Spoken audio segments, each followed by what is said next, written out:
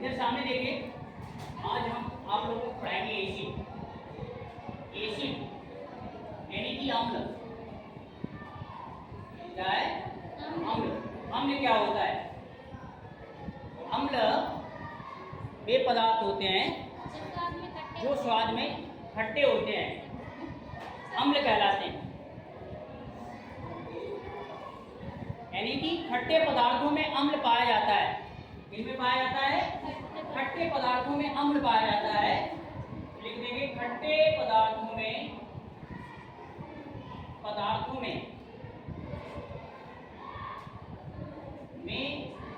अम्ल पाया जाता है।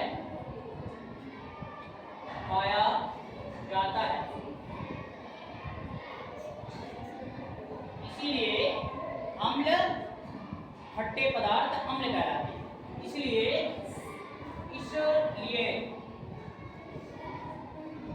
खट्टे पदार्थ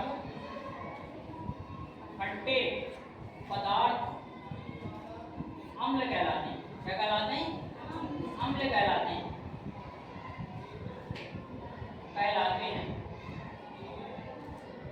ठीक है, अम्ल कहलाते हैं।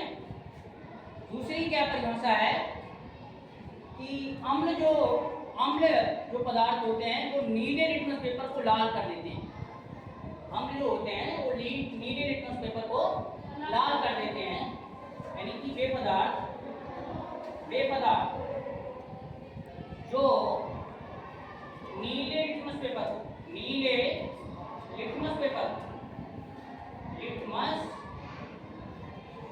को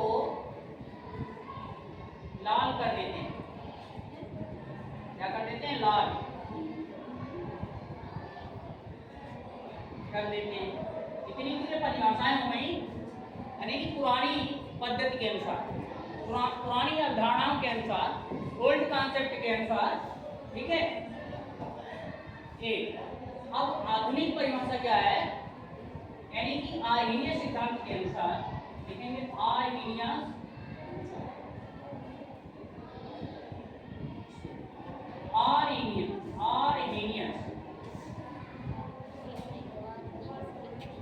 आर्हीनियस सिद्धांत के अनुसार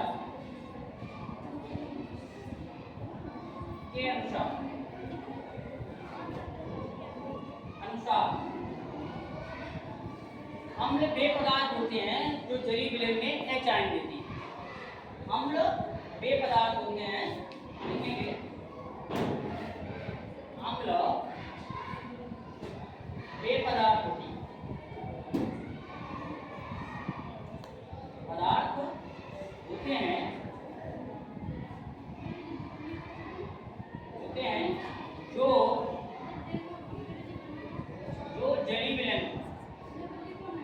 जो जलीय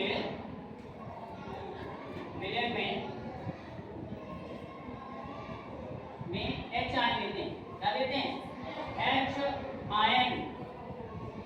ठीक है, या क्या कहेंगे? प्रोटॉन देते हैं। क्या देते हैं? प्रोटॉन या हाइड्रोनियम आयन। यानी कि H3O के ऊपर प्लस का चार्ज हाइड्रोनियम आयन देते हैं। हाइड्रोनियम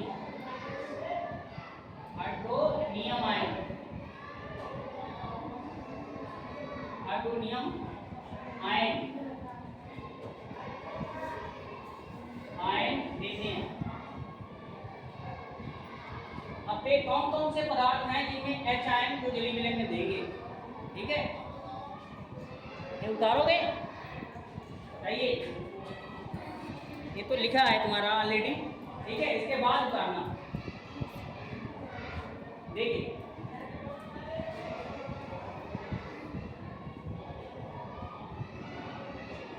जैसे उदाहरण में दिखाई पड़ रहा है यहाँ पर।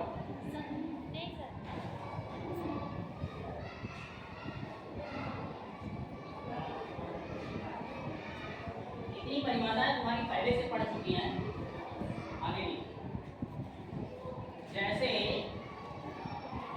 HCl HNO3 यानी कि हाइड्रोक्लोरिक अम्ल, नाइट्रिक अम्ल, H2SO4 CH3 COOH। यहाँ पर देखिए हाइड्रोजन आयन है, इसमें भी पहले भी कंपाउंड में H है, इसमें भी H है, इसमें भी H है। जब ये H निकलेगा किसी जल में घोलोगे तो ये H निकल जाएगा, यानी कि H आयन देगा। ठीक है, जैसे कि मान लीजिए, यानी कि HCl को आप इसमें घोलेंगे, जल में घोलेंगे, क्या हो जाएगा, एक H प्लस आयन देगा और Cl माइनस आयन देगा। ठीक है, दूसरा H2SO4 है, ये भी जल में घोला जाएगा तो यानी कि ये 2 H आयन देगा और SO4 आयन देगा, SO4 -2 चार्ज। ठीक है, यानी कि सल्फेट आयन देगा। तो ये भी रिएक्शन लिखी होगी, देखिए सबकी। आगे देखिए, अब इनके हम पढ़ाते हैं, क्या पढ़ाते हैं, गुण, यानी कि रासायनिक गुण। रासायनिक गुण, रासायनिक गुण क्या है? रासायनिक गुण देखिए, सबसे पहले यानी कि कोई भी धातु है अम्ल से अभिक्रिया करती है। ठीक है, कोई भी धातु यानी कि वो धातु जो विद्युत रासायनिक श्रेणी में हाइड्रोजन से जिसका स्थान ऊपर है, वो धातु यदि अम्ल से अभिक्रिया करती है तो वो धातु अम्ल से हाइड्रोजन को विस्थापित करके हाइड्रोजन गैस मुक्त करेगी, हाइड्रोजन गैस मुक्त करेगी। देखिए, जैसे कि ये यहाँ पर HCl है, क्या है, HCl है, सोडियम धातु है। ठीक है, बहुत सी धातु है, क्या है, सोडियम है, पोटेशियम है, कैल्शियम है, मैग्नीशियम है, आयरन है, ठीक है, Mg है, ये बहुत सी धातु हैं, ये अम्ल से हाइड्रोजन को विस्थापित कर देंगी। देखिए, सोडियम से अम्लीय कराई है, सोडियम क्या करेगा, हाइड्रोजन को विस्थापित कर देगा और अपने आप क्या, अम्ल के ऋणायन के साथ लवण बना देगा। अम्ल के ऋणायन के साथ, ये ऋणायन ए पार्ट है, ये धनायन है, ठीक है, इसके साथ कॉम्बिनेशन करेगा तो ये क्या बनाएगा, NaCl बना देगा, NaCl बना देगा। बट हाइड्रोजन परमाणु के रूप में कभी भी नहीं निकलेगा, हाइड्रोजन अणु के रूप में निकलता है तो H2 के रूप में निकलेगा। किसके रूप में निकलेगा, H2। यहाँ 2 हाइड्रोजन नहीं है, यहाँ 2 हाइड्रोजन है परमाणु, तो यहाँ पर बैलेंस करेंगे, यानी कि 2 गुना करेंगे इसको, और जब HCl को 2 गुना करेंगे यानी कि 2 गुना क्या हो जाएगा, Cl भी हो जाएगा। तो यहाँ Cl सिंगल है तो इसे 2 गुना करेंगे, जब ये Na 2 गुना हो गया तो इसे भी 2 गुना करना पड़ेगा। अब रिएक्शन बैलेंस है। ठीक है, रिएक्शन बैलेंस है। आगे देखिए, अगली रिएक्शन, यानी कि मान लीजिए हमने कोई क्या ले लिया, H2SO4 ले लिया, H2SO4 ले लिया, इसकी अभिक्रिया हम किससे करा दें, कैल्शियम धातु से करा दें, कैल्शियम से। ठीक है, तो कैल्शियम से कराएंगे तो कैल्शियम क्या करेगा, दोनों हाइड्रोजन को एक साथ विस्थापित कर देगा, रिप्लेस कर देगा, तो यानी कि हाइड्रोजन गैस बनेगी। साइलेंट रहिए भाई, प्लस ना समझ में आए पूछ सकते हो, क्या है, हाइड्रोजन को विस्थापित कर दिया, क्योंकि कैल्शियम के ऊपर 2+2 का चार्ज होता है, हाइड्रोजन के ऊपर 1 होता है, तो एक हाइड्रोजन को विस्थापित नहीं करेगा, 2 हाइड्रोजन चाहिए, क्योंकि ये देखो 2 रोटी खाता है, एक रोटी यहाँ से मिलने वाली है, एक हाइड्रोजन से, 2 हाइड्रोजन से 2 रोटी मिलेगी। ठीक है, 2 हाइड्रोजन से 2 रोटियां मिलेंगी, तो क्या बनेगा, एक CaSO4, क्या बनेगा, CaSO4 बन जाएगा, कैल्शियम सल्फेट, कैल्शियम सल्फेट बन जाएगा और हाइड्रोजन गैस मुक्त हो जाएगी। ठीक है, जल्दी से नोट करिए ये दोनों रिएक्शन। रासायनिक गुण डाल के, रासायनिक गुण में नंबर 1 क्या डालोगे, धातुओं के साथ, अम्ल की धातु से होती है, जल्दी बताइए, अम्ल की धातु से होती है, धातुओं से अभिक्रिया। ठीक है, धातुओं से अभिक्रिया, एडिंग की इसमें 2 रिएक्शनें हमने पढ़ाई है, बताइए।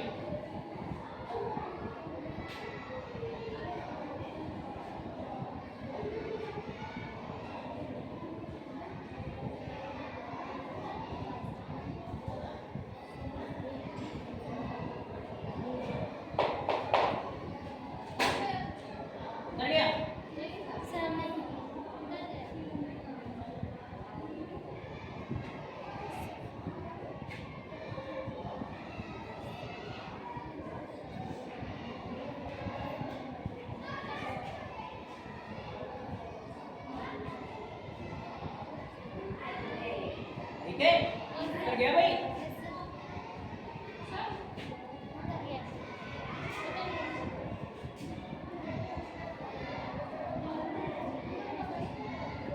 कर गया।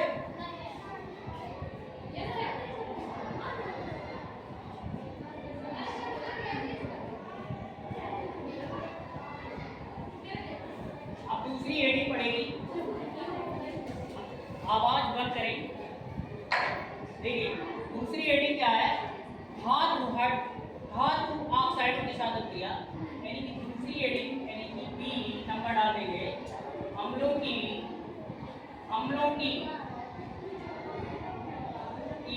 धातु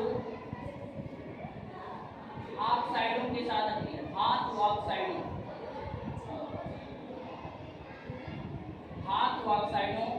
के साथ अभिक्रिया,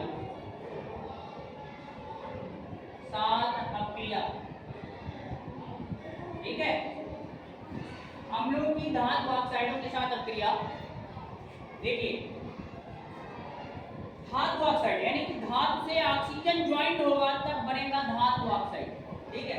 अभी धातु पढ़ा चुके हैं, सोडियम पोटेशियम। अम्ल है हमारा HCl ले लिया, ठीक है। और फिर धातु ऑक्साइड यानी कि सोडियम ऑक्साइड, क्या है, सोडियम ऑक्साइड का सूत्र कैसे लिखा जाएगा, Na2O, सोडियम ऑक्साइड, इसका नाम लिख लेना चाहिए सोडियम ऑक्साइड,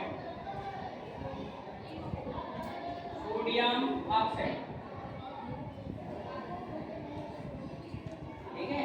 सोडियम ऑक्साइड, इसका नाम हाइड्रोजन क्लोराइड, क्या है, हाइड्रोजन क्लोराइड, इसका नाम हाइड्रोजन क्लोराइड, सोडियम ऑक्साइड, ठीक है। एरो लगाएं। अब देखिए अभी हमने कहा था कि सोडियम क्या करेगा, धातु हाइड्रोजन को रिप्लेस करता है किसी भी अम्ल से, यहाँ भी रिप्लेस करेगा, बट हाइड्रोजन गैस नहीं निकलने वाली है। अब क्या होने वाला है, अब हाइड्रोजन कंबाइन करेगा ऑक्सीजन से, जल भी साथ में निकले, यानी कि लवण भी बनेगा प्लस जल भी बनेगा, ठीक है। देखिए एक ऑक्सीजन को 2 हाइड्रोजन की जरूरत पड़ती है, तो इसे 2 गुना लेने। अब देखिए 2 Cl हो जाएंगे, 2 Na हो जाएंगे, 2 NaCl बन जाएगा, क्या बन जाएगा, NaCl, यानी कि 2 NaCl बन गया, 2 NaCl, क्योंकि एक Na के साथ एक Cl जुड़ता है, यहाँ 2 है, 2 अणु बनेंगे नमक के, यानी कि नमक बन गया है, क्या बन गया, नमक। बगैर नमक रोटी अच्छी नहीं लगती है, नहीं लगती। आगे देखिए 2 हाइड्रोजन, ठीक है, 2 हाइड्रोजन 1 ऑक्सीजन मिलकर क्या बन जाएगा, पानी। बगैर पानी पिए रोटी नहीं खा पाएंगे, ठीक है। बगैर नमक रोटी नहीं अच्छी लगेगी और बगैर पानी रोटी नहीं खा पाएंगे, तो रिएक्शन बहुत इंपॉर्टेंट है, नमक भी मिला और पानी भी मिला, दोनों ही बहुत इंपॉर्टेंट है कि नहीं। उतर गई रिएक्शन,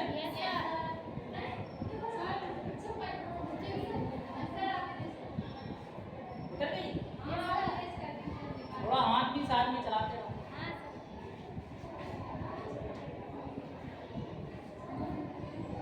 अब तो उतर गई वो भी,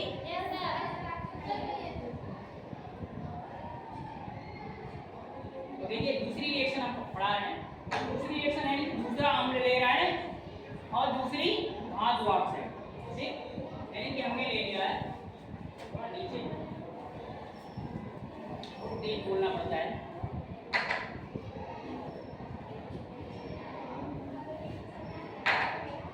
तो देखिए क्या लिया हमने, यहाँ पर H2SO4 ले लिया, H2SO4 ले लिया, ठीक है, प्लस किससे अभिक्रिया कर रहे हैं, धातु ऑक्साइड।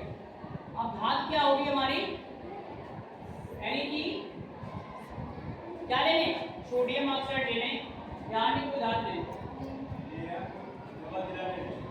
यहाँ कौन है जाओ,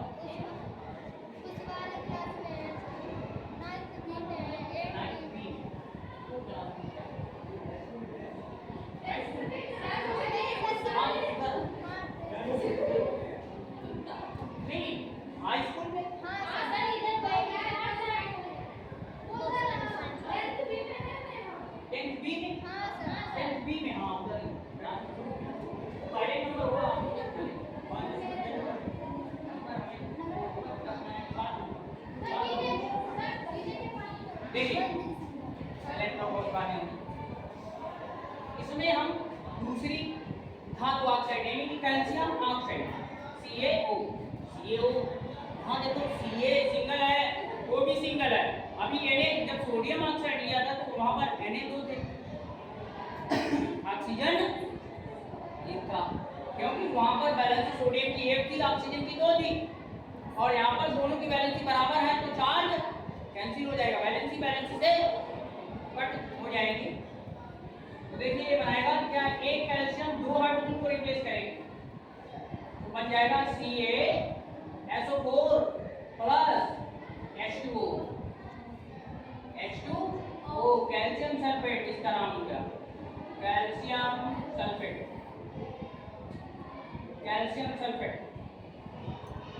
ठीक है, कैल्शियम सल्फेट इसका नाम हो गया। सही, एक और प्रॉपर्टी लिखिए जैसे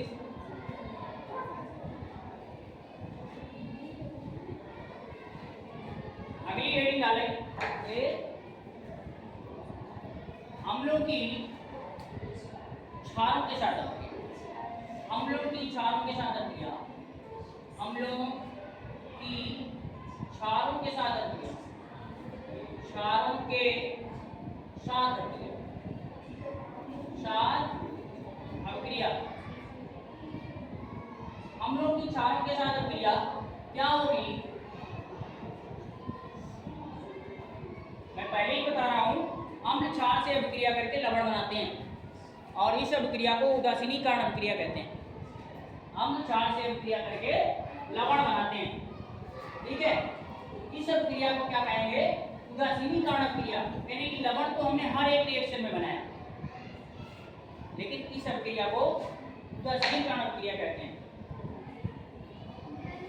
और इसमें जल भी बनेगा, इसमें भी क्या बनेगा, जल बनेगा। देखिए हमने लिया, हमने H2SO4 लिया, क्षार क्या लिया, NaOH लिया, क्षार NaOH लिया है।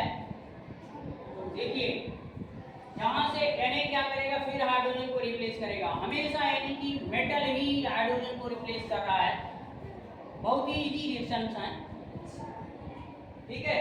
Na क्या करेगा, हाइड्रोजन को रिप्लेस करेगा, एक Na एक हाइड्रोजन को रिप्लेस करता है, दो Na दो हाइड्रोजन को रिप्लेस करेंगे, इसलिए इसको दो गुना लेना पड़ेगा और कंपाउंड बन जाएगा Na2SO4 प्लस दो हाइड्रोजन यहाँ है और दो OH यहाँ है तो बनेगा 2H2O।